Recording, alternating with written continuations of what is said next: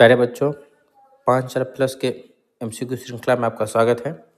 आपको अब हम क्लास 10 के अभी से लेके बोर्ड एग्ज़ाम तक कंटिन्यू जो है आपका ऑलमोस्ट फरवरी तक 5000 से ज़्यादा मोस्ट वीवीआई एमसीक्यू करवाएंगे। आपको डेली अपने चैनल पे आके इसको देखना है, ठीक है। और घर पे आप इसको 2 गुना मोड पे बढ़ा के स्पीड में रिपीट करके देखते रहना, ताकि एग्जाम तक इसको आप 5 से 10 बार देख लोगे तो ऑलमोस्ट सारा का सारा एमसीक्यू याद हो जाएगा। चलिए, तो पहला क्वेश्चन है, मानव विकास के मामले में सर्वोच्च राज्य है, कौन सा राज्य है? तो इनमें से जो ऑप्शन है, इनमें से देखो केरल सर्वोच्च राज्य पाता है, ठीक है। उसके बाद गोवा और फिर दिल्ली आता है। अगला क्वेश्चन है, भारत में पहला मानव विकास रिपोर्ट जारी हुआ था, ये पूछ रहा है कब जारी हुआ था? तो अप्रैल 2002 में जारी हुआ था। और कौन जारी किया था इसको? तो योजना आयोग जारी किया था इसको, ठीक है। आइए क्वेश्चन नंबर 3 पर हम लोग चलते हैं। भारत की प्रति व्यक्ति आय 2004 के आंकड़ों के अनुसार कितनी थी? तो 2004 में पूछा तो 28,000 था। ये ऑलमोस्ट 24,000 से 28,000 के बीच करता था, लेकिन वर्तमान में ये बढ़ के आपका 2,05,000 के अराउंड से बढ़ के 2,34,000 तक पहुंच गया। ये अप्रॉक्स बता रहा है, दोनों के बीच का है अप्रॉक्स अभी वर्तमान में इतना है। लेकिन अगर एग्जाम में पूछता है आपको आंकड़ा और वहाँ 2004 लिखा रहता है, या सिर्फ ऑप्शन में ऐसा ऑप्शन होता है जो 30,000 से कम ऑप्शन होता है, तो आपको उस जगह 28,000 ही टिक करना, ठीक है। चलिए अगला क्वेश्चन देखिए, सरल घर सकल घरेलू उत्पाद में किस क्षेत्र का योगदान सर्वाधिक है? तो सकल घरेलू उत्पाद में जो है आपका टर्सरी सेक्टर का योगदान सर्वाधिक है, मतलब तृतीय क्षेत्र का। उसमें कौन कौन आता है? तो सूचना एवं प्रौद्योगिकी आईटी आता है, बैंकिंग आता है, पर्यटन आता है, संचार आता है, ये आपका प्रमुख है। और उसके बाद चलिए क्वेश्चन नंबर 5 पे, निम्न में से किसका गठन आर्थिक नियोजन में राज्यों की भागीदारी सुनिश्चित करने के लिए होता है? तो आपका जो राष्ट्रीय विकास परिषद है उसका जो है सो उदय ही हुआ था इसलिए कि राज्यों और केंद्र के बीच में जो आर्थिक चीज का बंटवारा है वो अच्छे से हो पाए सुचारू रूप से। तो इसके लिए उसका स्थापना 6 अगस्त 1952 को हुआ था। तो ये क्वेश्चन आपका एग्जाम में पूछ देता है, बहुत ही वीवीआई क्वेश्चन है। पूछ देता है कि कब हुआ था? तो 6 अगस्त 1952 को। किसका?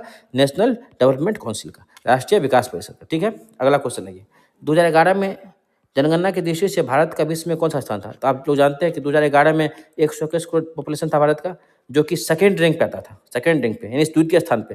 पहला कौन था? चाइना था। लेकिन वर्तमान में क्या है? वर्तमान में आपका 1.141 हो गया बिलियन, या 141 करोड़ इसको हम लोग बोलते हैं। ये हम लोग हैं, अनुमानित हम लोग चीन से भी अभी आगे चल रहे हैं, ठीक है। लेकिन एग्जाम पर्पज से आपको टिक करना है, द्वितीय पे पूछेगा 2011 में फर्स्ट कौन था? तो चाइना, चीन, ठीक है। चलिए अगला क्वेश्चन, आइए हम लोग चलते हैं अब क्वेश्चन नंबर 7 पे। देखिए, निम्न में से क्या आर्थिक गतिविधि नहीं है? तो आर्थिक गतिविधि मतलब क्या होता है? ऐसा गतिविधि जिसका उद्देश्य कुछ लाभ कमाना है, यानी पूंजी अर्न करना होता है, और साथ ही मानव आवश्यकता को भी पूरा करता है। जैसे कि हम लोग कुछ भी काम करते हैं, तो इसमें पूछ रहा है कौन सा नहीं है। क्वेश्चन को ध्यान से आप लोग एग्जाम में पढ़ेंगे, कभी कभी नहीं लगा देगा तो आप हाँ वाला मत टिक कर देना। देखिए, कृषि से हम लोग भरण पोषण के लिए काम करते हैं, संचार कम्युनिकेशन से होता है, और परिवहन होता है। लेकिन गरीबी जो है ना, ये एक सामाजिक काम है। गरीबी उन्मूलन सामाजिक संरचना, ठीक है। तो सामाजिक है, ठीक है। तो याद रखिएगा ये सोशल वर्क होता है, तो सोशल वर्क इसके लिए आर्थिक गतिविधि में नहीं आता है। चलिए आगे चलते हैं हम लोग, मानव विकास रिपोर्ट में किस घटक के आधार पर तैयार की जाती है? मानव विकास रिपोर्ट का घटक क्या है? तो देखिए, इसमें आपका जो होता है शैक्षणिक स्तर है, स्वास्थ्य है, प्रति व्यक्ति आय है, और आपका जीवन जीने का प्रत्याशा है, खुशी रहने का हैप्पीनेस इंडेक्स है, ये सब मिल के बनता है आपका आपका मानव विकास रिपोर्ट। उसको जारी कौन करता है बच्चा? यूएनडीपी, मतलब यूनाइटेड नेशन डेवलपमेंट प्रोग्राम। तो एग्जाम में कभी पूछ देता है आपको यूएनडीपी का फुल फॉर्म, तो आप लगाएंगे यूनाइटेड नेशंस डेवलपमेंट प्रोग्राम, इसको अच्छे से याद रखेंगे। आइए क्वेश्चन नंबर 9 पे चलते हैं हम लोग, निम्न में से क्या बिहार के विकास में बाधक है? देखिए, बिहार के विकास में तो बहुत सी बाधक है, जैसे गरीबी, बेरोजगारी, बाढ़, जनसंख्या, क्या और बेरोजगारी, तो बहुत सारा चीज़ है जो बिहार में इसके लिए जिम्मेदार होता है। तो आपका ऑप्शन अगर इनमें से सभी रहे तो एक बार ऑप्शन को फिर से अच्छे से पढ़ लेना। चलिए आइए अगला क्वेश्चन पे चलते हैं, निम्न में से किस देश का एचडीआई रैंक भारत से अच्छा है?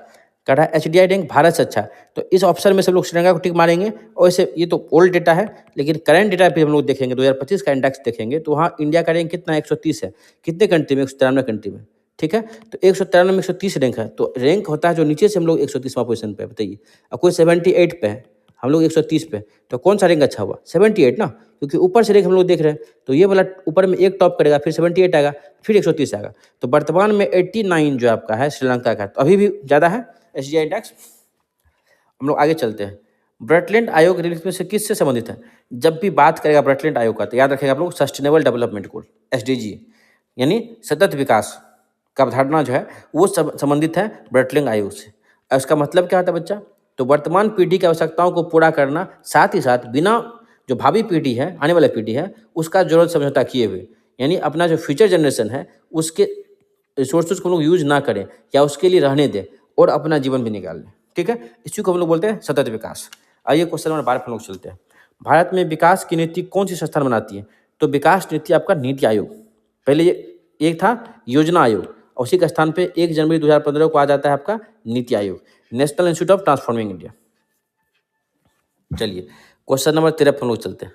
क्या पूछ रहा है? भारत की आर्थिक व्यवस्था है, तो कैसे आर्थिक व्यवस्था क्या क्या है? देखिए, सकल राष्ट्रीय उत्पाद, प्रति व्यक्ति आय, आर्थिक कल्याण का आधार, ये सब है, ये सब मिलकर आर्थिक गतिविधि होता है। चलिए आगे देखते हैं हम लोग। भारत में आर्थिक विकास का मुख्य श्रेय दिया जाता है, तो आपके बुक में भी क्वेश्चन दिया, एनसीईआरटी वाला में, एससीईआरटी में भी क्वेश्चन है, ये क्या है? डायरेक्ट असमान्य नियोजन। आर्थिक विकास का मुख्य श्रेय किसको देंगे हम लोग? नियोजन को। किसको देंगे? नियोजन को। आर्थिक विकास की माप करने के लिए उचित सूचकांक बताइए। सूचकांक का इंग्लिश क्या होता है बच्चा? इंडेक्स। तो आर्थिक विकास का सूचकांक क्या होगा? PCI, per capita income.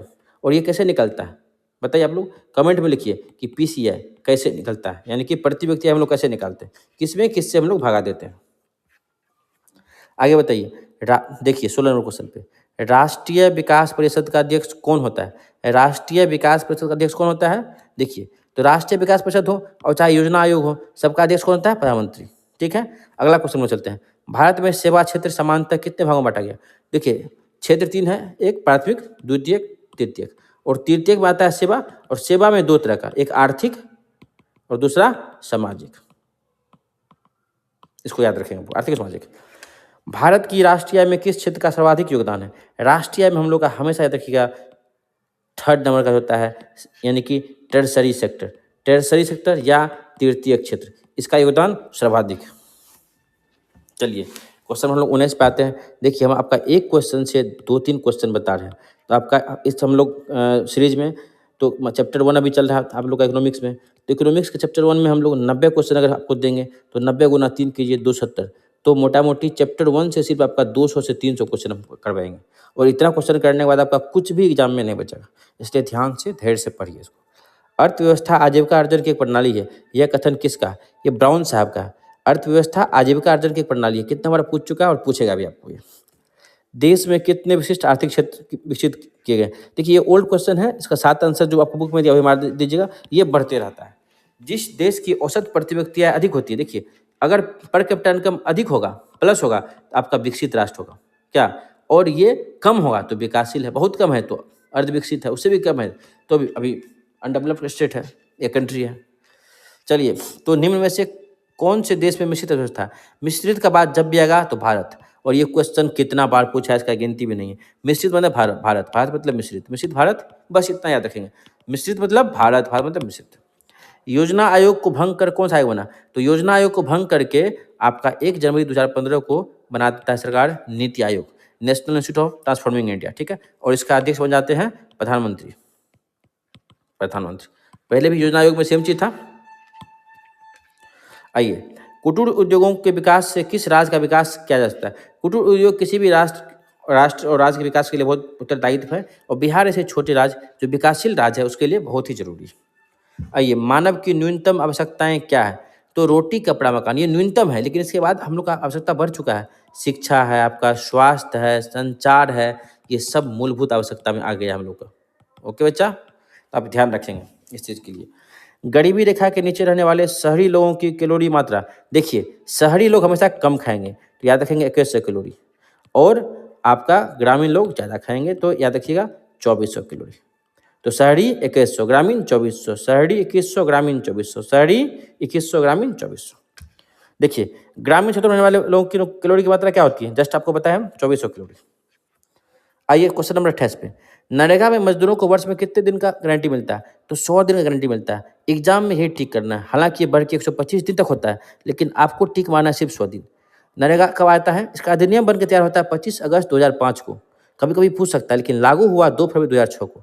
याद रखेंगे, लागू हुआ है 2 फरवरी 2006 को, अब अधिनियम बनकर तैयार होता है 25 अगस्त 2005 को।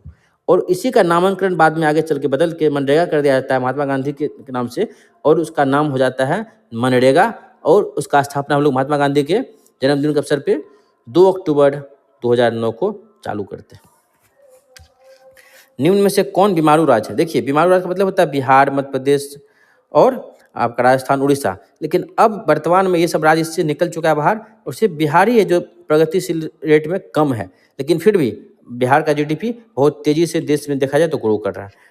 तो इसका आंसर इनमें से सभी होगा, क्योंकि बीमारू पूछ रहा है आपका, लेकिन वर्तमान में सिर्फ बिहार ही इसमें रह गया। बिहार में मानव विकास को कौन सा रूप दिया गया है? देखिए, मानव विकास को जन आंदोलन का रूप दिया गया। ये अच्छा क्वेश्चन है, पूछ सकता है, या बहुआयामी भी बोल सकते हैं इसको। मल्टी डायमेंशनल होता है ये, उस तरह हम लोग इसमें आगे बढ़े हैं।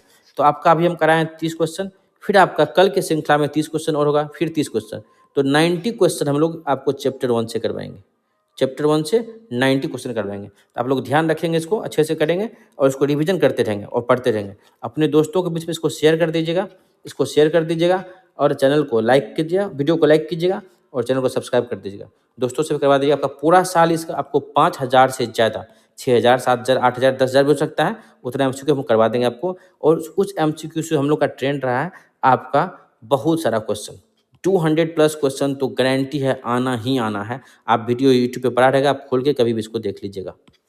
चलिए, थैंक यू सो मच आज के लिए। कल फिर आइएगा क्लास पे और अपने चैनल पे देख के इसको दोबारा पढ़ लीजिएगा। और हर दिन पिछला रिवीजन करते हुए अगला पढ़ना है।